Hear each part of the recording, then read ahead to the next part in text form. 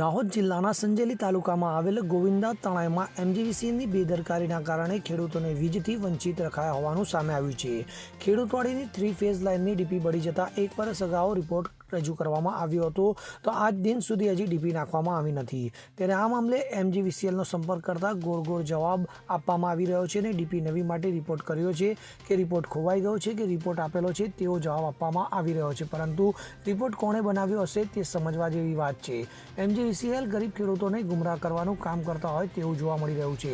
તો એમજીવીસીએલના electric assistant lineman અને junior ઇજનેર દ્વારા આ મામલે ઉડાવ જવાબ આપવામાં આવે છે કે રિપોર્ટ કરી દીધો છે ને રિપોર્ટ મળ્યો નથી તો ક્યારે ફરી રિપોર્ટ કરશું। ગામ ગોવિંદા તલાઈ 3 ફેઝની લાઈન ખેતીવાડીને લીધેલી જો આજ દિન સુધી કોઈ આમ કે ચાલુ કરવામાં આવતી હતી ડીપી બળી જવાથી, અને સાહેબને હરુભરું આમ કે ફોનથી રજૂઆત કરેલી 4-5 વાર કે નખાવી દો ડીપી આવે એટલે મોકલી દો એવી મને ટેલિફોન ઉપર વાત કરેલી, પણ આજ દિન સુધી ડીપી નાખવામાં આવી નથી।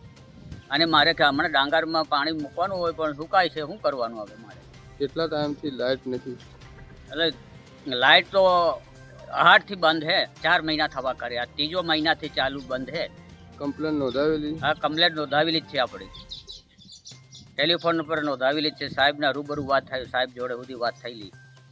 સાહેબ શું કહેવા માંગે? કે નખાવી દઉં છું, એમ નખાવી દઈ છે એમ કહીએ, પણ કે આજ દિન સુધી નાખી નથી સાહેબ। લગભગ કેટલા ખેડૂતોને આ સમસ્યા છે? લગભગ 7 કનેક્શન આલેલી છે આ લાઈન ઉપર। નામ હોય તો બોલો ને। નામ એક ધીરાભાઈ માનાભાઈ અને બીજાભાઈ ગવજીભાઈ અને બીજા સબજી અને તેરસનભાઈ ગલાભાઈ, બીજાને તો મને પછી આ સંજેલી બાજુ આ આપણે રામાભાઈનું છે અને આ કોયાભાઈનું છે। તમામને લાઇટનો પ્રોબ્લેમ? હા, બટ તમામને પ્રોબ્લેમ તો છે જ ને, લાઈનમાં આવે ને એટલે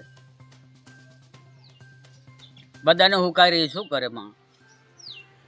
બધાને જ પાણી મેળવાનો સમય એ સમસ્યા છે હમણાં તો। મહેન્દ્ર ચારેલ સાથે CN24 ન્યૂઝ સંજેલી। હવે જુઓ દેશ દુનિયાની તમામ ખબરો તમારી આંગળીના ટેરવે।